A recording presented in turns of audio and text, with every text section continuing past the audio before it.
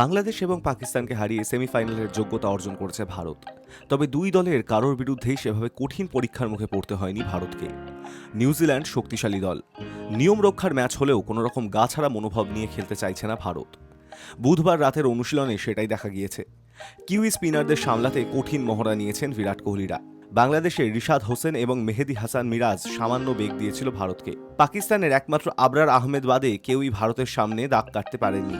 New Zealand দলে রয়েছেন Mitchell Santner, Michael Bracewell এবং গ্লেন ফিলিপসের মতন স্পিনার। তাদের খেলা খুব একটা সহজ হবে না। অনুশীলনে কোহলি, শ্রেয়াস আয়ার এবং অক্ষর প্যাটেলকে আলাদা আলাদাভাবে মহড়া নিতে দেখা গিয়েছে।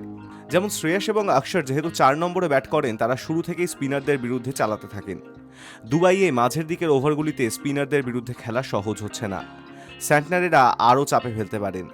তাই অনুশীলনে রবীন্দ্র জাডেজা এবং বরুণ চক্রবর্তীর বিরুদ্ধে আগ্রাসী খেলেন দুই ভারতীয় ব্যাটার। ওয়াশিংটন সুন্দরও একই কাজ করেন।